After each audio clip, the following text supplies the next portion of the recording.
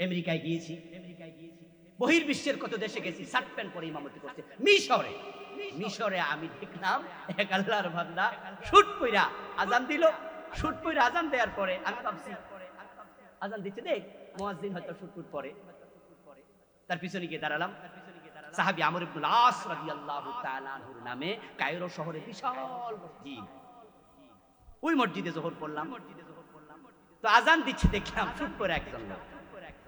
তো আজানের পরে এবার সুন্নাহ টুন্নাহ পরে বসে আছি। ওমা দেখি যে বেটা আজান দিছে এই বেটা ইমামের জায়গা গিয়ে খাড়াইছে। তো খাড়াইয়া মাইকটা টাইনা আনতেছে, লম্বা ডান্ডা মাইকের আনছে, আইনা সামনে দিছে, সামনে দিয়ে একামত দিতেছে। তো আমি ভাবছি শুটওয়ালা মুয়াজ্জিন একামত দেখ, একামত দিয়া নিজে আল্লাহু আকবার। তখন আমি বুঝি আরে এই বেটা তো নিজেই ইমাম, আলাদা মুয়াজ্জিন নাই।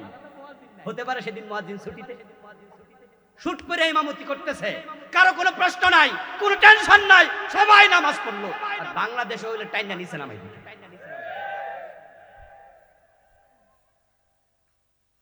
এই দেশের লোকেরা ঘৃণা অন্তরে লালন করে এত জঘন্য। আমি তো মাঝে মাঝে আফসোস করে বলি মানুষের নাকি কলবের ওজন হয় স্বাভাবিকত 250 গ্রাম।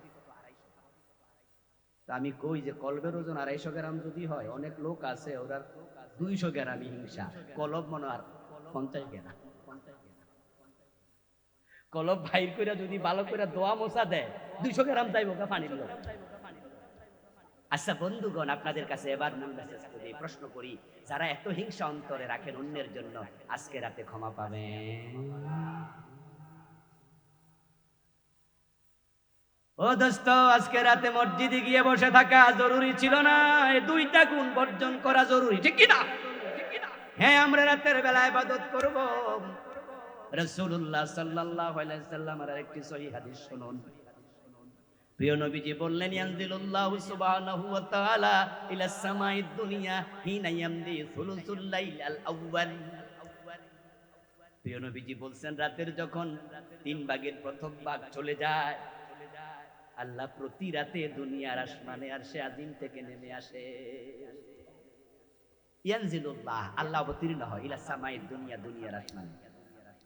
আরেকটি হাদিসে পাওয়া যায়, রাতের 3 ভাগের 2 ভাগ যাওয়ার পরে শেষ ভাগে আল্লাহ নেমে আসে। প্রতি রাতে এসে আল্লাহ তাআলা মানুষকে ডাকে, আলা হাল মিন মুস্তাগফিরিন ফাগফির লাহু, হাল মিন মুস্তারজিকিন ফারযুকহু, হাল মিন মুবতালান ফাওয়াফি, হাল মিন সাইলিন ফাউতিয়াহু।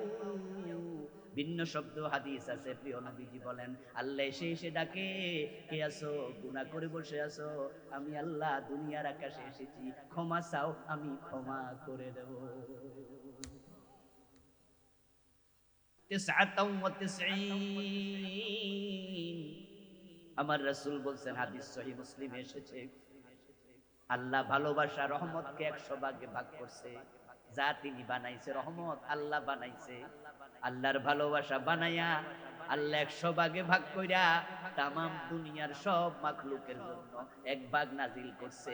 99 ভাগ রহমত আল্লাহ নিজের কাছে রেখে দিছে।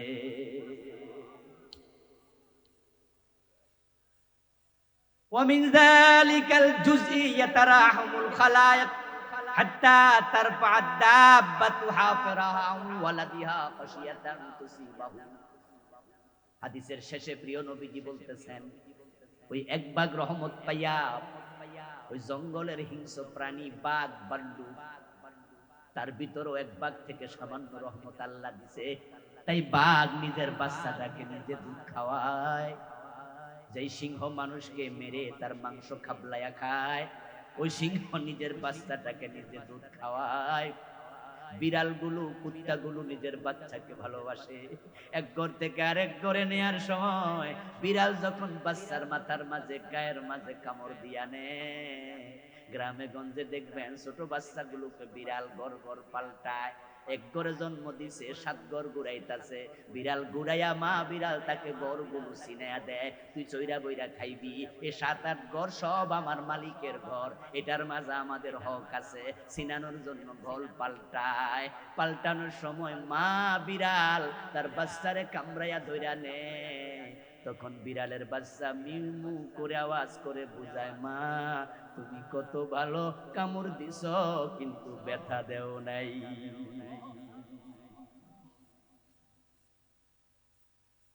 প্রিয় নবীজি বলছেন, দুনিয়ার মায়েরা, বাবারা, ভাইয়েরা, বোনেরা, স্বামী স্ত্রী সবাই আমি আল্লাহ, আমার আল্লাহর ওই এক ভাগ রহমত থেকে সামান্য পাইছে। ওটুকু পাইয়া যদি মা না খাইয়া সন্তানকে খাওয়ায়।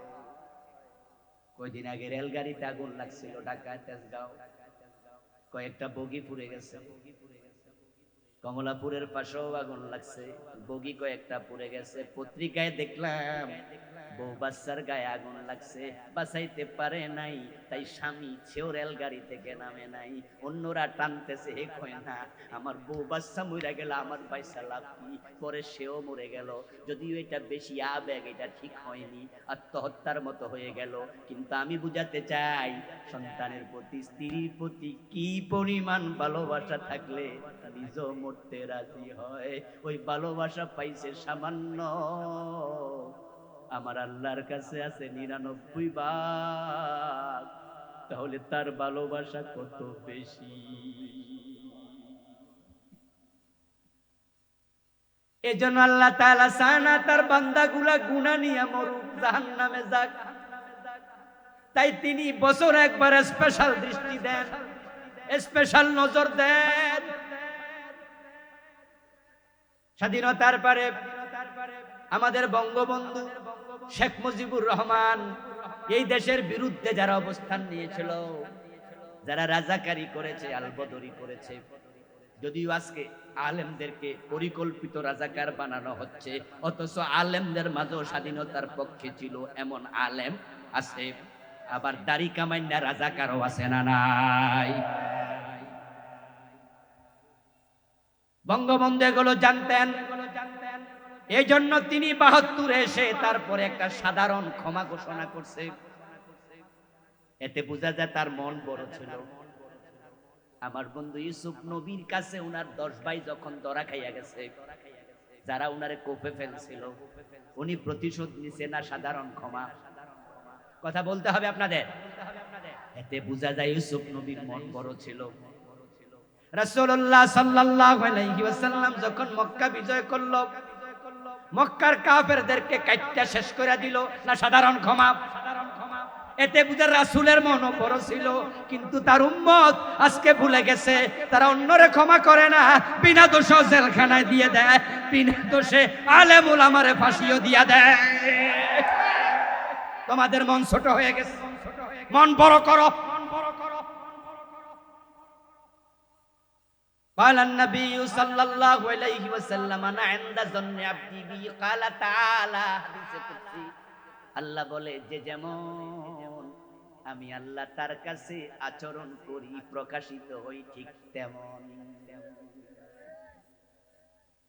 হাল জাযাউল ইহসানি ইল্লাল ইহসান, আপনি ইহসান করেন, আল্লাহ আপনাকে ইহসান করবে। আর আপনি জালেম হন, আল্লাহ জুলুমের প্রতিকার করবে, শাস্তি। শবে বরাতের ব্যাপারে যে হাদিসটা সহিহ পাওয়া গেল, এই রাতে আল্লাহ ক্ষমা করে দেন সবাইকে। তাহলে এই রাতটাকে ক্ষমার রাত বলা যায় কিনা? কথা বলতে হবে, বলা যায়? মুক্তির রাত বলা যায় কিনা? তাই শবে বারাত, লাইলাতুল বারাত, মুক্তির রজনী। বারাত মানে অবমুক্তি। কোরআন শরীফে একটা সূরা আছে, সূরা তাওবা, নাম শুনছেন? ওই সূরা তাওবার অপর নাম সূরাতুল বারাত, মুক্তির সূরা। আমার বন্ধু, এই রাতে আল্লাহ মুক্তি দেবেন, ক্ষমা করবেন। তবে 2টা গুণ থাকলে অসৎ গুণ আছে, 2 খারাপ গুণ থাকলে ক্ষমা নাই। এই রাত্রে ক্ষমা পাওয়ার জন্য আপনি দল বেঁধে মসজিদে যেতে হবে। এই রাতে ক্ষমা পাওয়ার জন্য পরের দিন রোজা রাখতে হবে। এই রাতে ক্ষমা পাওয়ার জন্য হালুয়া রুটি বানাতে হবে। এই রাতে ক্ষমা পাওয়ার জন্য সবাই মসজিদে গিয়া একসাথে 11টা পর্যন্ত জিকির আজকার করতে হবে। এই রাতে ক্ষমা পাওয়ার জন্য সারা রাত কোরআন পড়তে হবে। এই কথা কিন্তু এই হাদিসের মাঝে নাই। হাদিসে আছে 2টা খারাপ গুণ বর্জন করো, তাহলে আল্লাহ তোমাকেও ক্ষমা করবে। একটা হলো শিরিক করা যাবে না, আর একটা হলো অন্তরে কোনো বিদ্বেষ রাখা যাবে না। তাহলে আমরা কি রাতে ইবাদত করব না? করব না? অন্য রাতে যদি করেন এই রাতেও করবেন। অন্য রাতে কোরআন পড়েন এই রাতেও পড়বেন। অন্য রাতে তাহাজ্জুদ পড়েন এই রাতেও পড়বেন। নরমালি আপনি 13, 14, 15 তারিখে রোজা রাখেন, মাসে 3 দিন রোজা, আরবি চন্দ্র মাসে রাসূল রাখতেন। এটাকে বলা হয় সিয়ামু আইয়ামে বীজ। আইয়ামে বীজের রোজা আপনি রাখছেন।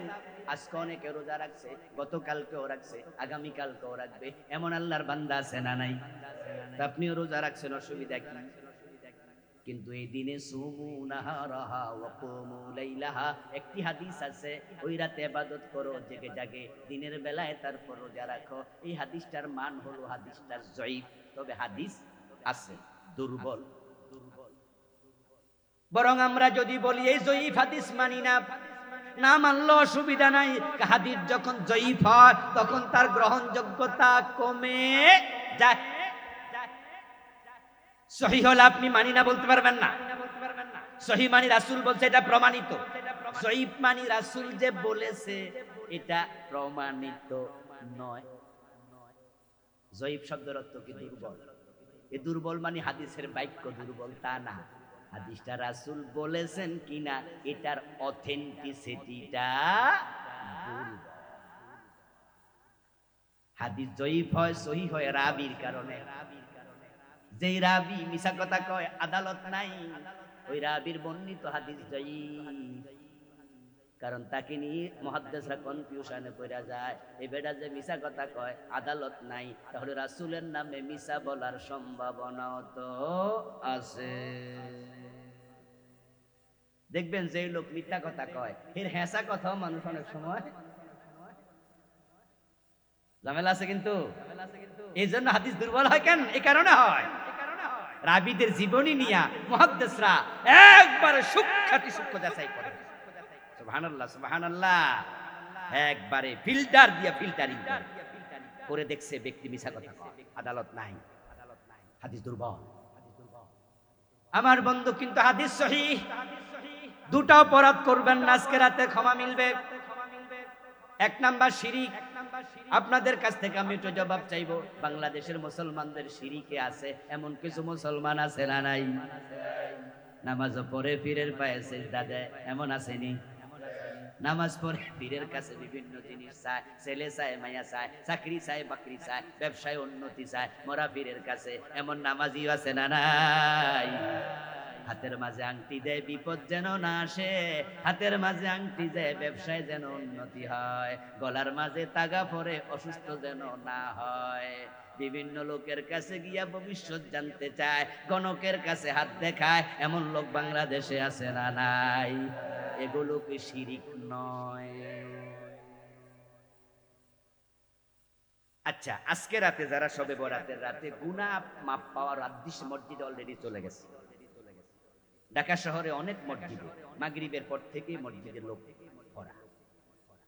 যে এলাকায় আমাদের সুন্নি ভাইদের পদচারণা বেশি, মাজারপন্থী ভাইদের পদচারণা বেশি, ওই এলাকার মসজিদে আজকে ভিড় তুলনামূলক ভাবে বেশি, কারণ তারা শবে বরাতকে খুব গুরুত্ব দেয়। কিন্তু আমার একটা প্রশ্ন, যে সমস্ত ভাইয়েরা মাজারপন্থী আছেন, গরম সুন্নি আছে, তাদের কলবে যে শিরিক আছে, আজকে রাতে মাগরিবের সময় তাওবা কইরা শিরিকগুলা কলব থেকে ফালাইয়া দিয়া ভালো মুসলমান হইয়া তারা কি মসজিদে ঢুকছে, না শিরিক কলবে আছে? তো কলবে শিরিক লইয়া ইবাদত করলে লাভটা কি? মুশরিকতে আজকে রাতেও আল্লাহ ক্ষমা করবে না। ও দোস্ত, রাসূল গায়েব জানে, পীর সাহেব গায়েব জানে, এমন আকীদা রাখে এমন আলেম উলামা আছে না নাই? অথচ গায়েবের মালিক একমাত্র কে? ওই বেড়াও তো আজকে সবে বরাতের রাতে মসজিদে ঢুকছে, আল্লাহ ক্ষমা করো। আল্লাহ কই গায়েবের মালিক আমি, এটারে অন্যকে কেন দিলি? এটাতে অন্যকে শামিল করার নামই তো হলো শিরিক। তো শিরিক কলবে থাকলে সবে বরাত ক্ষমা। আমার বন্ধু, আইনের মালিক কে? যারা জানেন তারা বলুন, আইন বানাবে কে? হ্যাঁ, এটা কোরআনের আয়াত। এই দেশের নেতারা অনেকে বোঝে নাই, আলেম ওলামারা বোঝে। যারা একবারে ভণ্ড আলেম বলি তারাও কিন্তু বোঝে, কারণ তারা কোরআন পড়ছে। প্রশ্ন হলো, ভণ্ডামি কেন করে? ভণ্ডামি করে দুনিয়ার লোভে, শুধুমাত্র কিছু পয়সা কামানোর জন্য, অথবা নেতাদের একটু হাদিয়া তোফা পাওয়ার জন্য, সুনজর পাওয়ার জন্য। আলেম হওয়ার পরও ভণ্ডদের সাথে হাত মিলায়। শাহবাগের মোড়ে গণজাগরণ মঞ্চে নাস্তিকদের সাথে হাত মিলাইছে এমন আলেমও আছে না নাই? আইনের মালিক যে আল্লাহ, এটা সব আলেম জানে। জানার কারণ হলো আল্লাহর কোরআন তারা পড়েছে। কোরআনের মাঝে আছে লাহুল খালকু ওয়াল আমরু, সাবধান, সৃষ্টি যার, আইন চলবে শুধুই তার। আরেক আয়াতে আছে আরো খোলামেলা, ইনিল হুকমু ইল্লা লিল্লাহ। বাংলা অর্থ হলো, সাবধান শোনো, আল্লাহ ছাড়া কারো আইন চলতে পারে না।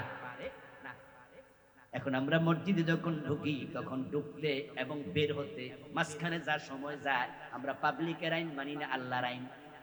মসজিদের সভাপতির আইনে মসজিদ চলে, সেক্রেটারির আইনে চলে। ইমাম যদি মাগরিবে 2 রাকাত পড়ে সালাম ফিরায়, আরেক রাকাতের কথা মনে নাই, আমরা সালাম ফিরাবো না লোকমা দেব? বুঝাইয়া দেব, ইমাম সাহেব আপনার আইনও মসজিদ চলবে। বাবা ইমাম হয়, ছেলে মুক্তাদি, ভুল করেছে নামাজে, ছেলে লোকমা দিয়া দিছে। পীর ইমাম, তার মুরিদ মুক্তাদি, জোহরের নামাজের 2 রাকাত পড়ে পীর সাহেব হুজুর ভুলে বসতে মনে নাই, খাড়ায় গেছে, পিছন দিয়া সব মুসল্লি মুরিদেরা লোকমা মেরা দিবে। কারণ আমার রাসূল 2 রাকাত পড়ে বসে আত্তাহিয়াতু পড়ছেন। পীর সাহেব হুজুর আপনার ভুল হইছে, আপনার সাথে আমরা আর নাই, তাই পিছন দিয়া লোকমা মেরা দিলাম। আল্লাহ রাসূল 3 রাকাতের মাগরিব পড়ছে, বাবা আপনি 2 রাকাত পরে সালাম ফিরাইছেন, আমি ছেলে হই আপনার সাথে একমত না, তাই লোকমা মাইরা দিলাম, বুঝাইয়া দিলাম আমি আল্লাহ এবং রাসূলের বাহিরে কারো আইন মানি না। এবার বলুন তো, যে আল্লাহর আইনে মসজিদ চলবে, ওই আল্লাহর আইনে রাষ্ট্র চলা দরকার আছে না নাই? কিন্তু রাষ্ট্রটা আল্লাহর আইনে চলে না, ব্রিটিশ আইনে চলে। দুজনে সেজদা দিলে শিরিক হয়, কারণ সেজদা পাবে শুধু কে? তো দুজনের আইন মানলেও শিরিক হয়, কারণ আইন হবে শুধু কার? যারা আল্লাহর আইন মাইনা দেশ চালায় না, দেশ চলুক তা পছন্দ করে না, আজকে রাতে তারাও তো মসজিদে যাবে, কিন্তু অন্তরে শিরিক আছে, আজকে তাদেরকেও ক্ষমা করা হবে না। তো বাংলাদেশের লোকদের অবস্থা কি হয়েছে জানেননি? তারা মসজিদে গেছে, সময়ও গেছে, কিন্তু অবস্থা হলো ঢোকার আগে যা, ঢোকার পরে তা, পাই হয়েছে যখন তখনও ঠিক। আচ্ছা, এবার আসেন একটু হুজুরদের কাছে। এতক্ষণ হুজুরদের বাদ দিছিলাম, কিন্তু হুজুররা তো জানে শিরিক করে না, হুজুররা কম করে, আলহামদুলিল্লাহ। আপনারাও করবেন না। অন্তরের মাঝে বিদ্বেষ আছে, অন্যের প্রতি বিদ্বেষ, ঘৃণা, আল্লাহ তাদেরকেও ক্ষমা করবে না। এখন হিংসা বাংলাদেশের হুজুরদের ভিতরে সবচেয়ে,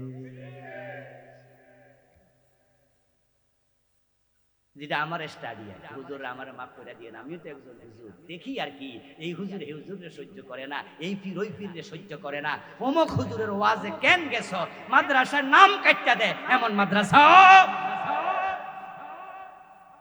হুজুরের টুপি দেখা কয়, ও লম্বা টুপি, এ হুজুর আমাদের হুজুর। এ হুজুর টুপি দেখা কয়, এটা মনে গরম সুন্নি। পাস করলি দেখা কয় হুজুরের ওয়াজ না, এটা ওয়াহাবি। জামার কলার দেখা কয়, বলছি এটা সসিনা পন্থী না, কারণ সসিনার মুরিদ হলে বন্দিওয়ালা জামা হইতো, তাহলে বোঝা গেল এটা আমরা দলের না। এখন জামা কানিসিরা দেখা, গোল জামা দেখা, কচু টুপি দেখা, পাসকল্লি দেখা, পাগড়ির কালার দেখা আমরা আজকে আলেম চিনি, হুজুর চিনি, ভালোবাসা দেই। আমার দলের না হলে ভালোবাসা নাই। বরং অন্যের প্রতি তোমার বিদ্বেষ, হিংসা, নাম শুনলে চেহারা কালো করে ফেলে এমন আলেমও আছে না নাই? কালকে দুপুরে এক কওমি মাদ্রাসা আমার ছিল, আলোচনা ছিল, হোসেনপুর কিশোর।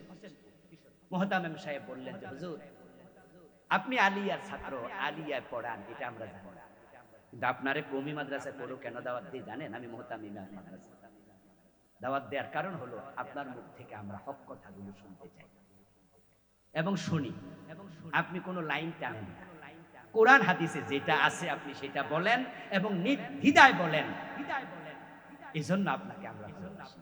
আমি বললাম ভাই বুকে আইয়েন, বুকে আইয়েন, কারণ আমি আলিয়া, আপনি কওমি, আমরা বিভেদ করতে চাই না, কোরআন সুন্নাহ যেখানে আমরা থাকবো সেখানে, ঠিক কি না? গতকালকে কথা বললাম, গত দুপুর রাতে মাহফিল ছিল কালীগঞ্জ, গাজীপুর, দুপুরে ছিল কিশোরগঞ্জে হোসেন। আমার দোস্ত, আমাদের আচরণ হবে মুসলমান মুসলমান বন্ধু, ঠিক কি না? আল মুসলিম আখুল মুসলিম, মুসলমান মুসলমানের ভাই, আমার রাসূল বলেছে। আর আল্লাহ কি বলেছে? ইন্নামাল মুমিনুনা ইখওয়া। আমার আল্লাহ কয় মুমিনরা তো পরস্পর ভাই।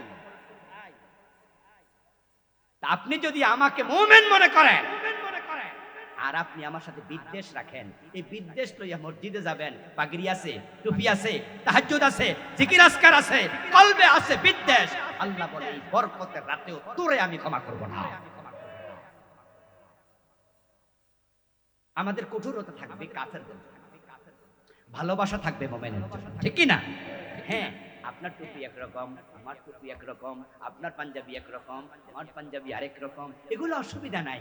কারণ যারা ওমানে থাকে, ওমানে যারা থাকে, ওমানের যত হাজি বক্কায় আসে, ওমানে যারা চাকরি করে, সেখানকার 100-র মাঝে 95 কেন 98, 99% লোক আমাদের এই টুপিগুলো পরে। ওরা উঁচু টুপি সবাই। পাকিস্তানের কিছু অঞ্চল আছে দেখবেন তারা টুপি পরে, এখান দিয়া কপালে কাটা। যারা পাকিস্তানের হুজুর আছে তারা অধিকাংশ দেখবেন কানিসিরা, তারা কাবলি টাইপের জামা। আফ্রিকায় যে আলেমরা আছে সব আলেম টুপি পরে আরো উঁচু, মাঝখানে এরকম ভাঙ্গা এরকম। পৃথিবীর এক এক দেশে পোশাকের এক এক কালচার, মাথা ঢেকে রাখা সুন্নাহ। প্রিয় নবীজি সাল্লাল্লাহু আলাইহি সাল্লাম একখান কাপড় দিয়া মাথা ঢেকে রাখতেন, মাথার মাঝে তৈল দেওয়ার কারণে সাহাবী বলেন যে চুলের সাথে কাপড়টা লেপটে থাকতো। মাঝে মাঝে টুপি পরেছেন, সেটাও হাদিসে আছে। তাহলে মাথা ঢেকে রাখা এটা রাসূলের সুন্নাহ। হতে পারে 5 কল্লি, হতে পারে 1 কল্লি, হতে পারে একটু উঁচু, হতে পারে, অসুবিধা নাই। টুপি দেখা অন্য মুসলমানকে দুশমনি করো না, ঠিক কি না? মাথা ডাকছে, এই তো সুন্নাহ। আমার নিজের ছেলে ফাঁস করলে টুপি পরে, কিন্তু আমি জীবনে ফাঁস করলে মাথা দিই না। 2-1 বার দিছি চাকরির ইন্টারভিউ দিতে যাই, কারণ এমন জায়গায় ইন্টারভিউ আমি আগে খবর নিছি যে ও বড় টুপি দেখলে ইন্টারভিউ নিব না। জুমা পড়াইতে ঢাকা শহরে চাকরি নিছি নতুন, তখন এই সরকারি বেতন যা পাই 4300 টাকা স্কেল ছিল তখন লেকচারার। তো ভাবলাম যে একটা মসজিদে যদি ক্ষতি হইতে পারি তাহলে সেখানে থাকার জন্য একটা রেসিডেন্সিয়াল ব্যবস্থা পাবো, আর হাদিয়া যা দিল কমপক্ষে একটু ভালো থাকবো। এখন ইন্টারভিউ দিতে যাব, ওই মসজিদে শুনি ইন্টারভিউ বোর্ডে যারা আছে সব কওমি মাদ্রাসার আলেম। তখন মনে মনে ভাবলাম এই টুপি দেখলে শুরুতে আউট। তখন আমি টুপি একটা কিনা পাস করলি, তারপরে মাথা দিয়ে ইন্টারভিউ। আচ্ছা, কিন্তু আমার ছেলে পাস করলি পর, আমি তো আমার ছেলেকে বলিনি পাস করলি কেন করো। আল্লাহর কসম, তানি অন্তরে কোনো কথাই নাই, অন্তরে কোনো প্রশ্নও নাই। পড়ুক, পাস করলি পড়ুক, 1 করলি পড়ুক, টুপি মাথায় দেখ। এই লম্বা পাঞ্জাবি আমি পড়ি, কামিল থেকে শুরু করছি এখন পর্যন্ত পড়ি। কামিলের আগে কানিসিরা পাঞ্জাবি পড়ছি। আমাদের ছাত্ররা কতজন কানিসিরা পড়ে, কোনোদিন বলি না কানিসিরা কেন পড়ো। আর পর ইসলাম তো বলেনি যে পাঞ্জাবি লম্বা হওয়া লাগবে।